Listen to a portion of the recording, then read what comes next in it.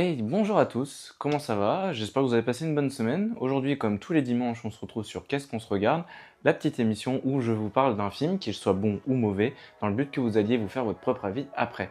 Et aujourd'hui, on fait un retour dans le passé parce qu'on va parler de The Running Man. Alors, The Running Man, c'est un film sorti en 1987, réalisé par Paul Michael Glaser et avec dans son casting Arnold Schwarzenegger. Alors Paul Michael Glaser, c'est un réalisateur qui est pas très connu chez nous étant donné qu'il a vraiment fait aucun film à part The Running Man qui a réussi à dépasser la frontière.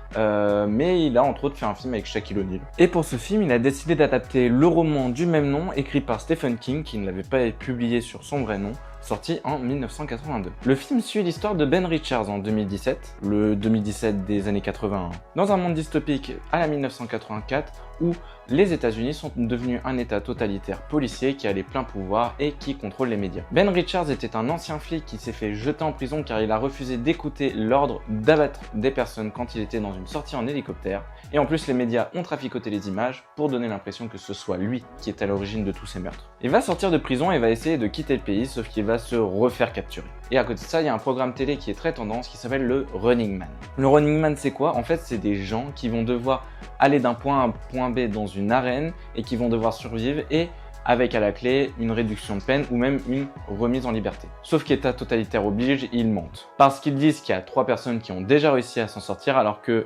non. Quand Ben Richards arrive à s'évader, l'émission voit en lui le potentiel de faire remonter les audiences car l'émission est en perte d'audience. Ils vont décider de le traquer et de le capturer lui et ses amis pour les mettre dans cette arène avec à la clé la survie. Ben Richards va donc devoir réussir à vaincre ses épreuves et en même temps dévoiler la vérité sur son arrestation. Donc voilà l'histoire du film. Alors, qu'est-ce que j'en ai pensé de ce film? Personnellement, j'ai trouvé le film moyen, dans le sens où c'est pas nul, mais c'est pas très bien non plus. C'est vraiment un film d'action classique type années 80 où t'avais en première tête soit Arnold Schwarzenegger, soit Sylvester Stallone. Le film n'essaye pas non plus de trop aller politiquement dans son sujet. De là où oui, il va parler de cet effet dystopique, d'un état totalitaire comme quoi le contrôle des médias, bah voilà, c'est pas ouf. Mais il aurait pu aller franchement plus loin, comme l'a fait un peu du Hunger Games ou autre. Après, la différence, c'est que Hunger Games, de base, c'est 3 livres, c'est 4 films, donc il y avait un peu plus de matière à développer. Le film est en soi très regardable, il y a une photo qui est sympathique, il y a quelques petits plans qui sont assez cool par-ci par-là, même si il s'enferme un peu trop dans cette image ultra sombre des années 80, de cette image vraiment où on veut faire de la dystopie et la dystopie c'est sombre, donc des fois l'image est un peu lisible et on a du mal à suivre l'action. Et puis, ça c'est un petit problème que j'ai trouvé dans le film, c'est que je le trouve pas du tout assez gore. Dans le sens où l'idée de base de Schwarzenegger et 2 autres de ses potes vont devoir affronter des sortes de combattants classiques de l'émission, bah c'est intéressant sur le papier et en plus chacun a un peu ses spécificités. Il y en a un qui est Dynamo, je crois qu'il s'appelle, qui tire de l'électricité, il y en a un où c'est de la tronçonneuse, l'autre c'est avec du patin à glace et tout. Donc il y a moyen de faire des morts ultra cool, dans le sens où on peut faire des trucs assez graphiques, des trucs un peu à la Robocop où t'as ce sang vraiment abusé, mais c'est marrant. Et puis en plus avec la pellicule, et bah t'as un petit truc qui... c'est cool à voir. Mais malheureusement le film, il a pas trop envie de montrer du gore. Genre, on a des morts qui sont quand même assez violentes, mais soit c'est du hors-champ, soit c'est pas du hors-champ, mais un peu. Genre, ils veulent pas montrer la mort directement face à face dans le sens où on a la mort, mais on l'a après qu'elle meurt. Genre, on va voir le cadavre de la personne, on va comprendre, je sais plus lequel, mais qui s'est fait enrouler de barbelés. Si je me trompe pas, il y en a un qui meurt enroulé de barbelés autour du cou. Ça peut être trop cool à faire en image, sauf que bah on a que le après. Oui, on a le sang qui coule et tout, mais on n'a pas le moment où on s'agicle et tout ça. C'est horrible de dire ça, j'ai l'impression de passer pour un mec totalement fou, mais voilà, genre, j'avais envie un peu de voir, t'as un peu cette curiosité morbide de « Ah, j'ai envie de voir où tu peux aller dans le gore, en fait, Paul. » Mais le film essaye de rester tout public, même si c'est pas mettre non plus devant un enfant de 5 ans, hein, ce que je veux dire, mais c'est pas... ça pourrait être interdit au moins 10, voire tout public avec avertissement. Après, le film en soi est vraiment cool dans le sens où le rythme est plutôt bien géré, même si j'aurais un peu voulu qu'il dure plus longtemps parce que je trouve très rapide sur sa fin, assez rapide dans l'arène, parce que pour moi, surtout après avoir vu la bande-annonce du remake qui va bientôt sortir de Edgar Wright, je m'attendais à ce qu'on passe surtout du temps dans l'arène. Et puis en plus, vu que j'ai vu des Hunger Games ou autre, alors oui, Hunger Games, le film, je sais plus combien de temps il dure, mais il doit durer au moins 2 heures, et t'as 40-50 minutes avant qu'on soit vraiment dans l'arène. Mais t'as tout un truc politique derrière et tout ça, ça dans le sens où ça développe vraiment tout le lore. Là, il y avait possibilité pour moi de commencer l'arène plus tôt et surtout j'aurais voulu que l'arène dure plus longtemps parce que j'ai l'impression que les épreuves, on n'a pas vraiment de tension parce que déjà d'une c'est un film d'action cliché américain, donc on s'attend un peu au sort des personnages, même si il y en a deux où on est en mode est-ce qu'ils vont les tuer, est-ce qu'ils vont les laisser en vie, on sait pas. Là pour le coup dans le film, ouais voilà, t'as que ces deux personnages où on se dit il y a peut-être quelque chose, mais les deux autres personnages, c'est-à-dire celui de Arnold Schwarzenegger et celui de la femme qui travaillait avant dans la télé mais qui se rend compte que Ben Richards en fait c'est pas un connard, et bah on sait très bien qui ne vont pas mourir à la fin. Ce qui fait qu'en fait, ça enlève vachement de tension à l'histoire du film. Parce que, ouais, à chaque combat, en fait, tu sais que, ah bah tiens, ça va être un nouveau combat. Ah bah tiens, ça va être un nouveau combat. Ou en fait, c'est juste une sorte de mini-arène. Ou qui sont pas forcément intéressants. Il y a une arène qui est cool, c'est l'arène de la patinoire, qui est la première. Parce que, moi, j'ai jamais vu de fight dans une patinoire, donc c'est un peu marrant. Mais pour le coup, dans le reste du film, on sait qu'il y a une arène. On se dit, ok, dans 5 minutes, c'est terminé. On sait pas comment va mourir le méchant, mais on sait qu'il va crever, quoi. Donc on s'attend au film. Et cette fin, je la trouve, elle est pas mauvaise en soi, mais je la trouve un peu tirée par les cheveux car il y a des éléments qui font que pourquoi c'est là à ce moment-là, alors que c'est pas censé pouvoir être là.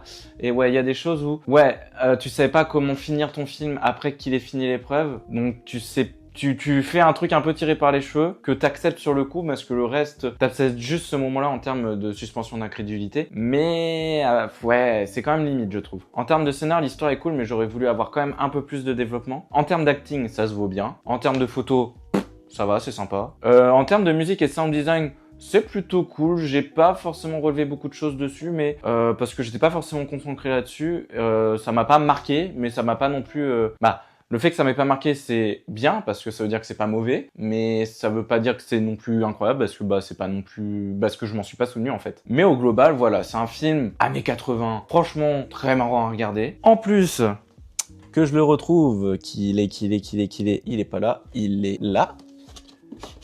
J'ai réussi à me choper une édition DVD, une vieille édition DVD qui est assez cool pour le coup, parce qu'on a un menu DVD qui est dégueulasse. Mais en soi, le DVD déjà d'une, je l'ai chopé en vide-grenier. Je suis content parce que on va en reparler, mais j'ai très hâte au film de Edgar Wright et je voulais avoir vu le film original à la base. Donc je suis content de l'avoir chopé, mais le DVD est plutôt propre pour un DVD en vide-grenier. Vraiment, il n'y a aucun défaut. Voilà. On a un DVD où on a juste la tête de Arnold Schwarzenegger. Mais voilà, donc joli petit DVD qui est plutôt sympathique, même si le menu est dégueulasse. Et donc aussi, comme ce que je voulais dire, faut parler du remake. Alors Edgar Wright, qui est un réalisateur que j'apprécie de tout mon cœur, genre même le film que j'aime le moins, qui est Le Dernier Pub avant la fin du monde, parce que je trouve que la fin, elle est vraiment nulle, j'aime pas la fin. Je trouve ça trop cool. Genre, regardez du Edgar Wright, c'est un gars qui maîtrise super bien son montage, qui fait des montages ultra rythmés, ultra kiffants à regarder, qui a plein de références pop culture et tout, il y a juste à regarder Scott Pilgrim, c'est génial, qui aime beaucoup s'exceller à plein de genre, il y a la trilogie Cornetto, où t'as parodie de films policiers, parodie de films d'extraterrestres et parodie de films de zombies. Il y a Baby Driver qui est une dinguerie absolue, Scott Pilgrim qui est une dinguerie absolue aussi, même si j'adore Scott Pilgrim le film, mais ça vaut pas du tout le roman graphique pour le coup, même si c'est le film qui m'a fait lire le roman graphique, ça vaut pas du tout le roman graphique. Et allez voir aussi la série Scott Pilgrim, qui est vachement cool, qui est sur Netflix, qui encore est une fin différente. Ça fait un peu Evangelion en fait. Parce que chaque truc de Scott Pilgrim, il y a une fin différente.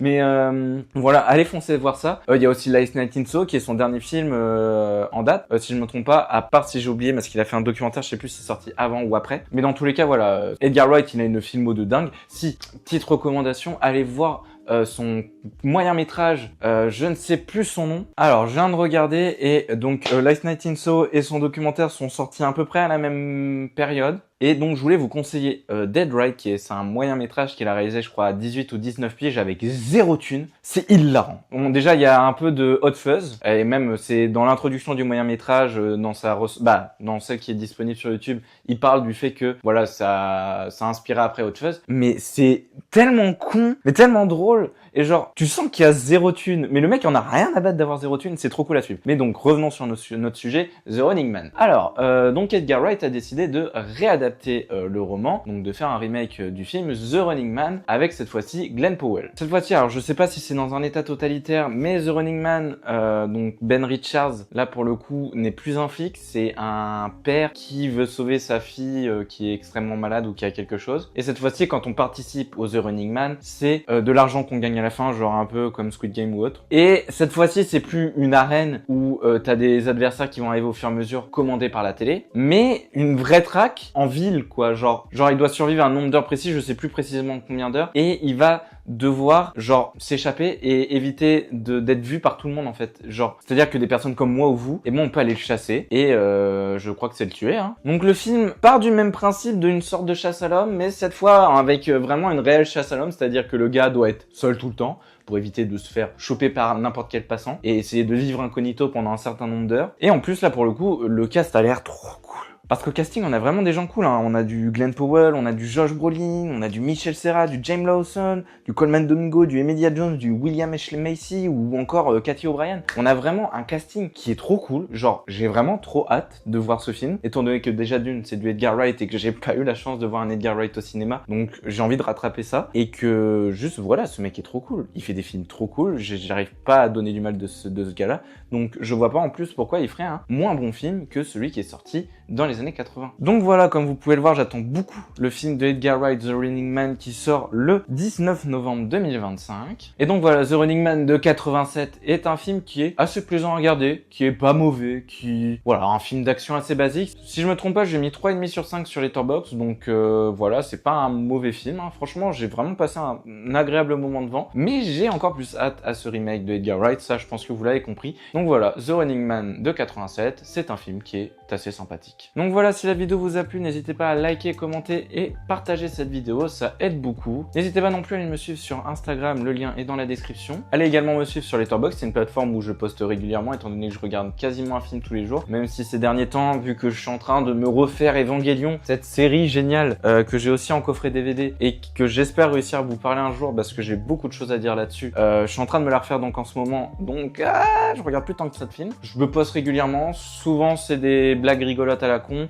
des fois c'est des longues critiques parce que j'ai besoin de me défouler sur le film ou de dire que du bien du film parce que je l'ai trop adoré. Mais voilà, allez me suivre sur Letterboxd, le lien est également dans la description. Je tiens également un podcast qui s'appelle Talk Anime où toutes les 2 semaines, donc c'est-à-dire samedi prochain, nous parlons d'un film avec Loïsa, un film d'animation qu'on se fait découvrir l'un à l'autre. La semaine dernière, j'ai pu parler de Anna et Alice mènent l'enquête avec Loïsa et la semaine prochaine, ça va être un Disney, mais j'en dis pas plus. Vous pouvez également vous abonner à la chaîne pour ne pas manquer les prochaines vidéos. Je vous rappelle que Qu'est-ce qu'on se regarde, c'est hebdomadaire. Tous les dimanches, je sors une nouvelle vidéo pour votre plus grand plaisir. Et également un peu du bien parce que ça me fait du bien de parler de films avec vous. Donc voilà, je vous dis à samedi prochain parce qu'il y a un podcast qui sort la semaine samedi prochain. Et à dimanche prochain pour un nouveau film. Et sur ce, gros bisous!